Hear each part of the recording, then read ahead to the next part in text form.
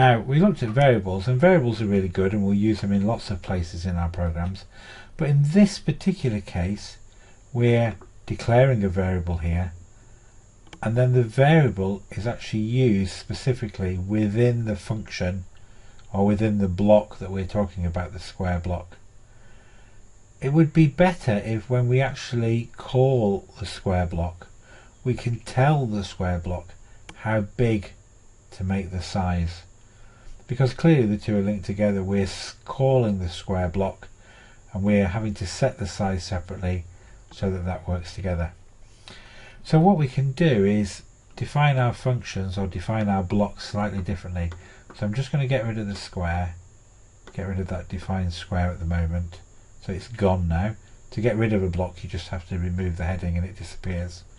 I'm going to make another block this time. I'm going to call it square as we did before.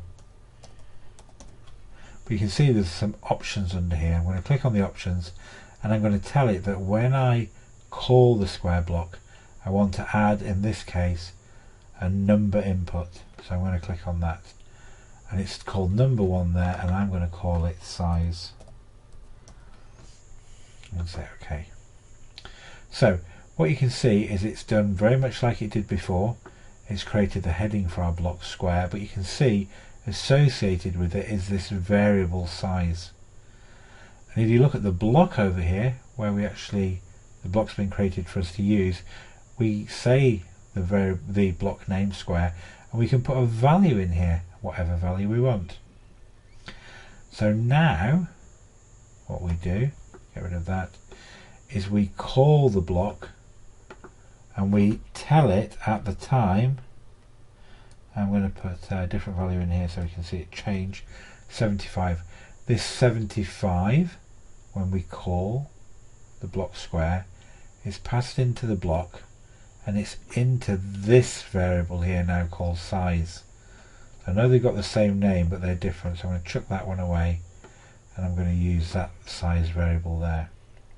So now this will draw a square of size 75. If I want to draw one of size 50, I just do that. Draw one of size 175 and I can do that. So you can see it's really neat because what it's done is it's associated with the block square the number which we then use within the block to change the way the block operates. And again, it's a really important idea in computer science that we can write a little block of code. This is now quite a generic block. It will draw squares of any size, and whenever we call the block to do its job we can specify how big each side should be. We're passing in, we're giving the block the size, so this little block of code now knows how big to draw the squares.